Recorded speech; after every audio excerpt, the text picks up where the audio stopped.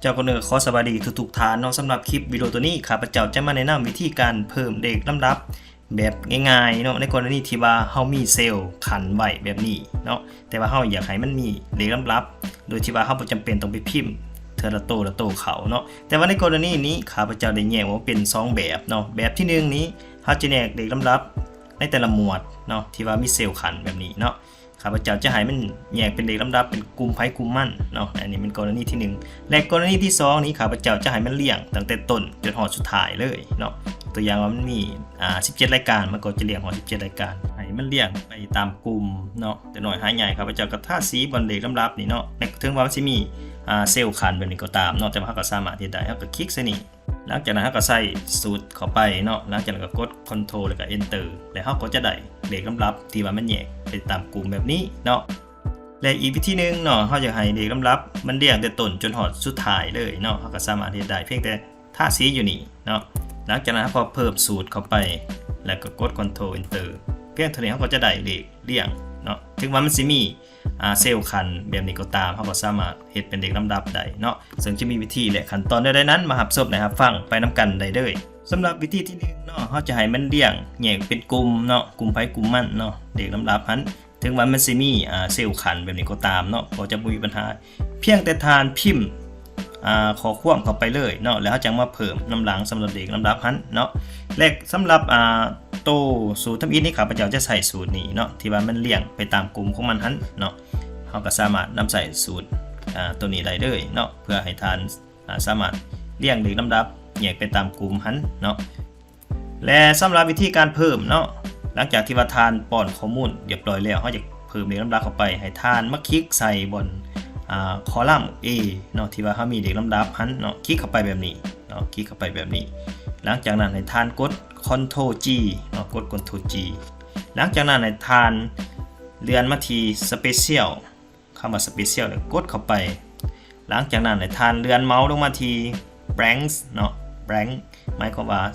ส่องว่างมันหาส่องว่างเนาะหลังจากนั้นทานกดโอเคเมื่อทานกดโอเคแล้วเนาะเดี๋ยวทานจะเห็นว่ามันจะหายบนฮับปอนสูตรเข้าไปเนาะให้ทานเลื่อนมาทีบนใส่สูตรอยู่นี่เนาะคลิกเข้าไปบาทนึงหลังจากนั้นให้ทานพิมพ์เนาะพิมพ์ตามสูตรนี้เนาะพิมพ์ตามสูตรนี้หมายความว่าเป็นยังไงจังใส่is number หมายความว่าถ้าหากว่าเซลล์เนาะเซลล์ที่A2 นี้เนาะถ้าหากว่า A2 เป็นตัวเลขเนาะก็ให้บวกเลข1เข้าไปเนาะแต่ถ้าหากว่า A2 โมเมนต์ตัวเลขหรือว่าเป็นพยัญชนะก็จะให้เท่ากับ1เนาะก็จะให้เท่ากับ1มันจะใส่สูตรแบบนี้เนาะหลังจากนั้นให้ทานกด Ctrl Save ไว้เนาะกด Ctrl Save ไว้หลังจากนั้นทานกด Enter เพียงเท่านี้ทานก็จะได้เลขเรียงที่ว่าแยกไปตามกลุ่มแบบนี้เนาะโดยที่ว่าเราบ่จำเป็นต้องไปพิมพ์ตัวเลขใส่เนาะอันนี้มันจะง่ายเนาะบัดนี้เราจะมาเบิ่งสูตรที่2เนาะหรือว่าเราจะใส่ให้มันเรียงตั้งแต่ต้นจนฮอดสุดโดยที่ว่าเราบ่จำเป็นต้องไปแยกเป็นกลุ่มเนาะเราก็สามารถให้มันเรียงได้ทันทีเลยหลังจากที่ว่าเราพิมพ์ข้อความเข้าไปเป็นที่เรียบร้อยแล้วตัวนี้นี่เราบ่จำเป็นต้องไปพิมพ์ตัวเลขเราก็ใส่วิธีคือวิธีอันที่1หันต่างแต่ว่าเปลี่ยนสูตรน้อยนึงเนาะแต่ว่าการใส่สูตรเขาจะใส่สูตรนี้เนาะ Subtotal เข้ามาสวยเนาะ Subtotal เข้ามาสวยจะใส่สูตรตัวนี้เพื่อให้มันเรียงแต่ต้นจนฮอดสุดท้ายเลยเนาะโดยที่ว่าบ่จำเป็นต้องแยกว่าเป็นกลุ่มใดกลุ่มใดหันและสำหรับวิธีการเนาะให้ทานมาคลิกใส่เลขลำดับคือเก่าบนเซลล์หรือว่าคอลัมน์เนาะคอลัมน์ F เนาะที่ว่าข้าพเจ้าได้เฮ็ดให้ทานคลิกเมาส์ใส่หลังจากนั้นให้ทานกด Ctrl G คือเก่าแล้วเข้าที่ Special หลังจากนั้นเลื่อนมาที่ Blanks เนาะหมายความว่าเลือกบนเซลล์ที่มีที่วางหลังจากนั้นทานกดโอเคเมื่อทานกดโอเคแล้วมันจะเลือกที่ว่าห้องในที่มันเป็นห้องวางที่ท่านมีของควบมันก็จะเลือกให้เฮาหลังจากนั้นให้ทานเลื่อนมาที่บนใส่สูตรอยู่เทิงนี้คือเก่าเนาะแล้วก็ให้ทานพิมพ์สูตรเข้าไปเนาะข้าพเจ้าจะใส่สูตรSubtotal เนาะ Subtotal ตัวนี้ให้ทานพิมพ์เข้าไปเนาะแล้วก็เอามาเบิ่งว่าสูตรมันเฮ็ดเวียกแบบใดเนาะตัวนี้มันจะอิงตามตัว Subtotal นี้หลังจากนั้นเนาะเมื่อทานได้สูตรเข้าไปแล้วให้ทานกด Ctrl Save ไว้เดี๋ยวกด Enter เนาะ เพียงเท่านี้ทานก็จะได้เลขลำดับที่ว่าเรียงแบบอัตโนมัติเลยเนาะโดยที่ว่าเฮาบ่ต้องไปสนว่ามันสิมี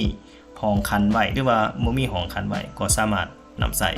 สูตรนี้ได้เนาะอันนี้แม่น2วิธีเนาะให้ทานไปปรับใส่กับเวียกงานของทานแต่จะเฮ็ดให้ทานมีความสะดวกสบายขึ้นเนาะเกี่ยวกับการเพิ่มเลขลำดับเนาะเพราะว่าหลายๆทานเห็นเสนอมาหาข้าพเจ้าเนาะในกรณีที่มันมีขันตัวนี้เนี่ยเวลาไปเพิ่มเลขลำดับต้องไปตีเทละโตเข้าไปถ้าหากว่าตารางมันหลายมันยาวก็จะเฮ็ดให้ทานเสียเวลาแต่ทานใส่สูตรนี้ก็จะช่วยให้ทานประหยัดเวลาหลายขึ้นเนาะเจ้ามาฮอดได้ขอขอบใจได้หลายเนาะที่ทานให้เกียรติรับฟังแล้วก็รับชมถ้าหากว่าทานคิดว่าคลิปวิดีโอนี้มีประโยชน์ขอรบกวนทานช่วยกดแชร์กดถูกใจในช่องทาง Facebook YouTube และ TikTok เพื่อทานจะบ่พลาดคลิปใหม่ๆจากข้าพเจ้ามาฮอดนี้ขอขอบใจได้หลายเจ้า